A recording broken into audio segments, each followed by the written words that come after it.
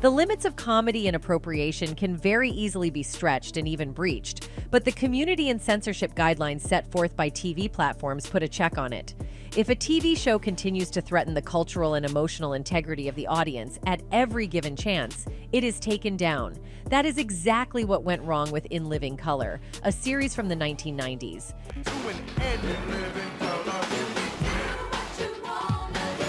That and so much more, including clashes between the crew and the channel, dissatisfied actors, and whatnot. For those who don't know, this series was Jim Carrey's television debut.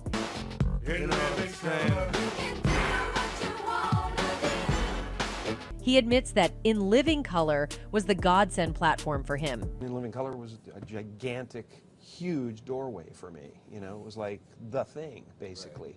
There's a lot of work that went in before that, but that was the doorway.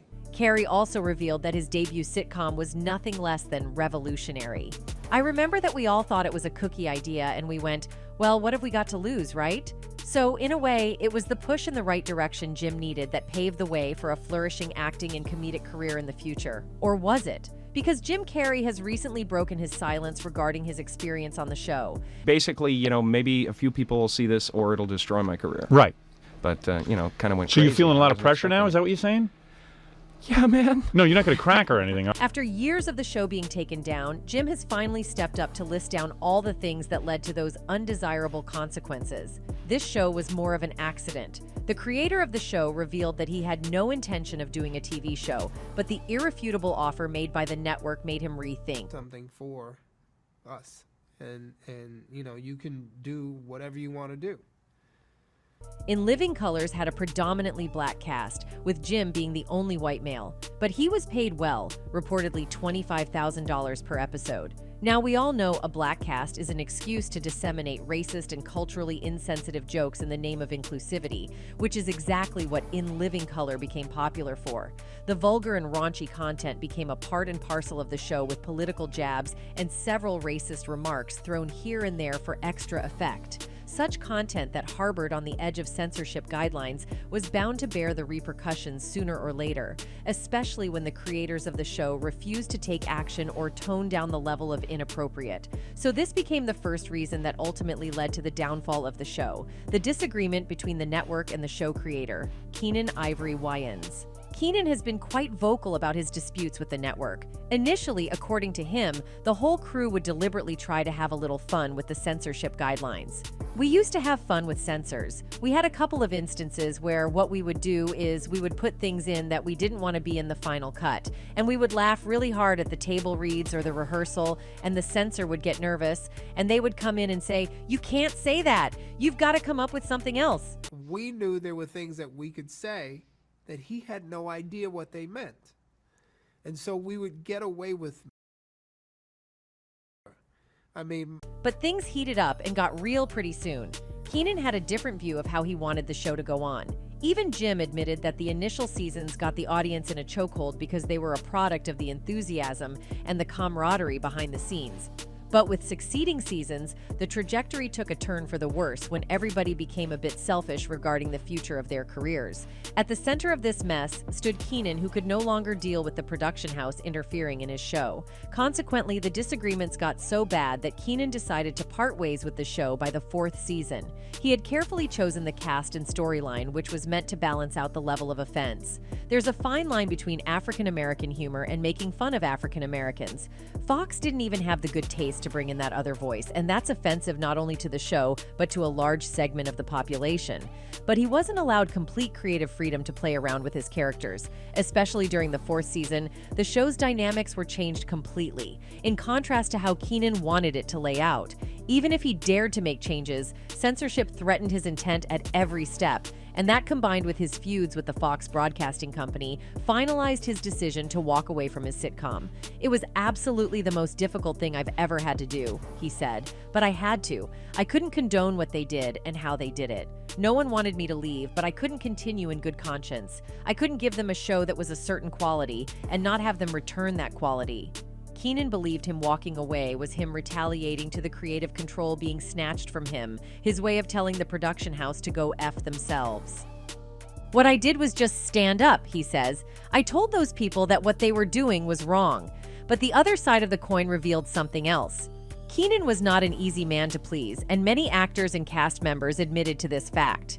Even Jim Carrey claimed that he had several differences of opinions with Keenan, and sometimes those erupted into the most horrible brawls. There were a couple of moments where I got pissed at Keenan, and I would show up in a sketch with dark sunglasses on, like, screw you, man. If a man as easygoing and laid back as Jim Carrey can have issues with Keenan, it is a dead giveaway that the creator of the show had problems going on. There were even reports of him embezzling money from the show, but due to lack of substantial evidence, the rumors were put to rest. When asked about it, Keenan and his manager gave a clipped response calling this ordeal a disinformation campaign. Creative differences aside, the second reason for the show not being up to mark was because the producers had no clear agenda in mind as to what they wanted the show to entail. There was a whole lot of unclarity and repeated rewrites. Tell everyone to go away, and when you come back, I want you to bring me 3 characters. Observe the world, bring me 3 characters. So everybody would come. Even the pilot for the show did not receive a 100% positive response. In fact, Jim reveals that when they shot the show for the pilot, the producers were very apprehensive. They were wary that the audience might not react well to the satire on African American community, which might pave the way for immense backlash. Therefore, these apprehensions led to the pilot being shelved for 6 months straight, after which it was on-aired. Yeah, let's do a pilot. And we did the pilot.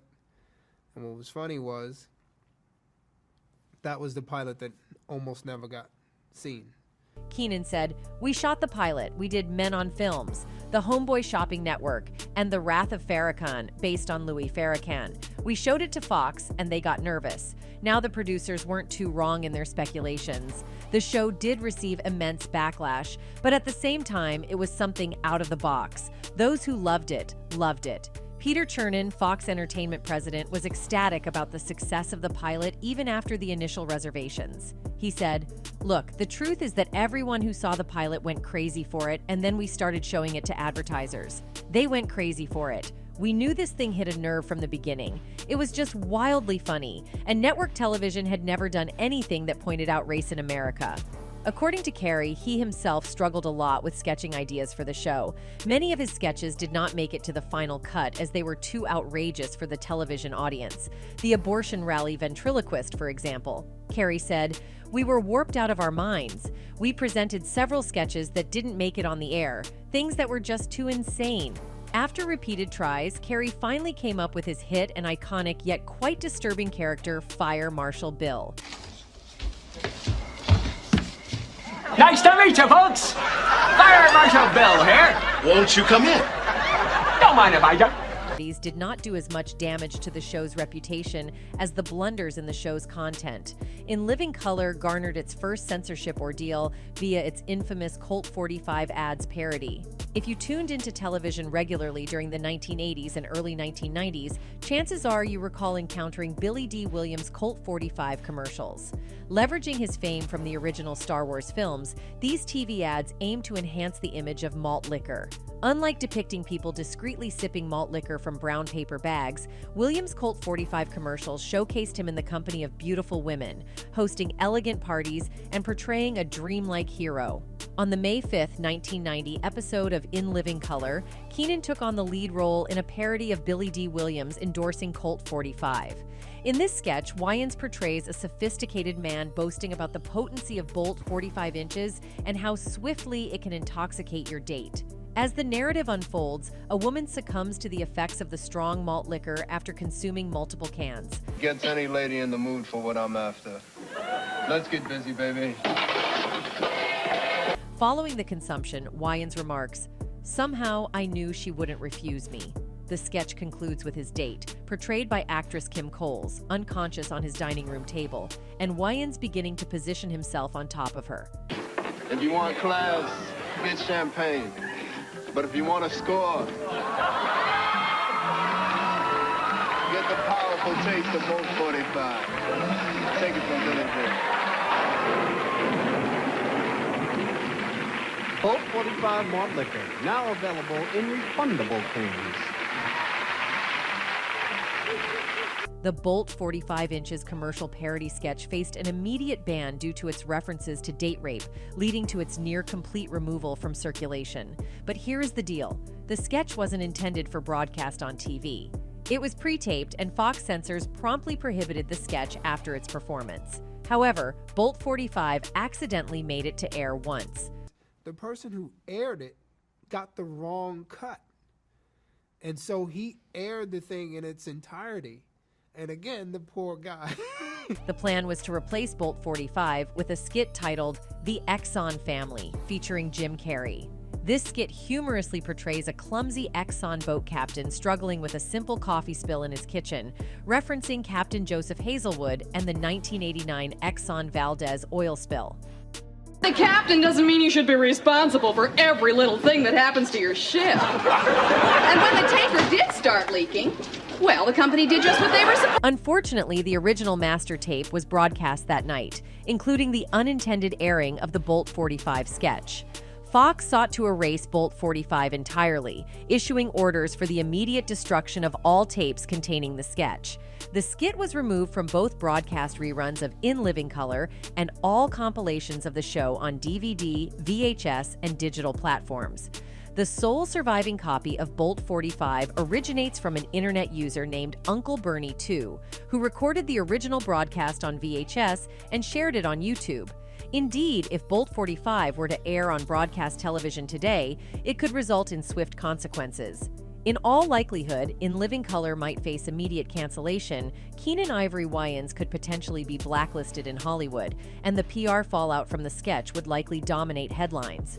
Many would argue that Bolt 45 should not have been performed, written, or even considered in the first place, given the serious nature of the subject matter. But the majority of the audience, especially the people who have true knowledge about comedy, still do not think the parody was anywhere near breaching the censorship guidelines. One person commented, "Fox had the nerve to ban this, and this didn't even make it on the DVD set? That bites big time. Thank goodness we have YouTube." Another one added, "Damn, this show gave SNL a run for its money. I hate Fox TV for not working with the Wayans family to maintain excellent quality." In 1992, Keenan, Jim Carrey, and the In Living Color cast ventured to create a live episode during the Super Bowl halftime show. In one of the Men on sketches, specifically the Men on Football episode, Damon Wayans played Blaine Edwards, and David Alan Grier portrayed Antoine Merriweather. I'm Antoine Merriweather, and welcome to Men on Football. The show that looks at football from a male point of view. That's right. These two campy and flamboyantly gay characters typically offered commentary on various societal aspects from a male point of view.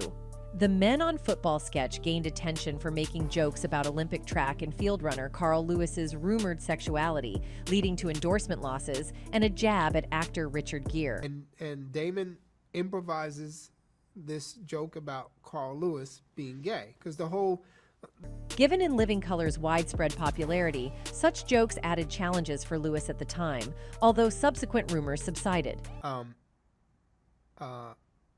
Someone would be as affected by it as they were, and that person is Carl Lewis.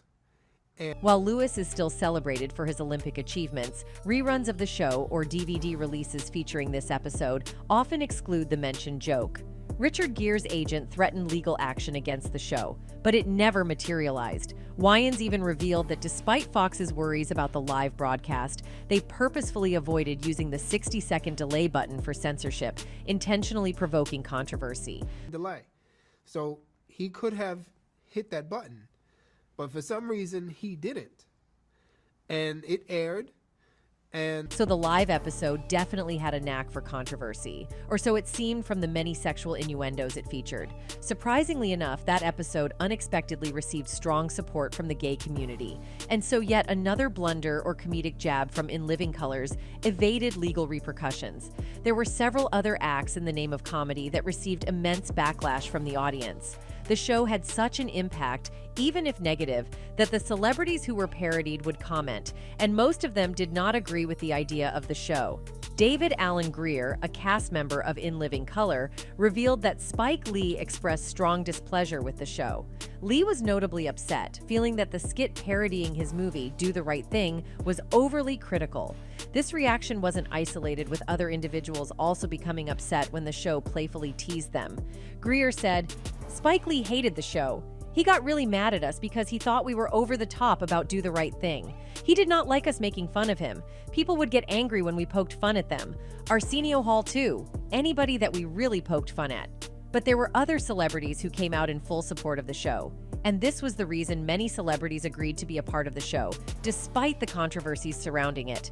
Shawn Wayans highlighted that despite the controversies, In Living Color was exceptionally popular at the time. The show drew a diverse array of industry figures to its set, with notable visitors such as Eazy-E, Bruce Willis, Demi Moore, and even Sinead O'Connor. Rosie Perez, a choreographer on the show, said, "The show is really, really fun, and for people of color, it was an amazing opportunity." She further added, "I would say that it's in at least the top 50 or maybe even top 25 of influential, game-changing television shows in American history, because it dared to be what it wanted to be."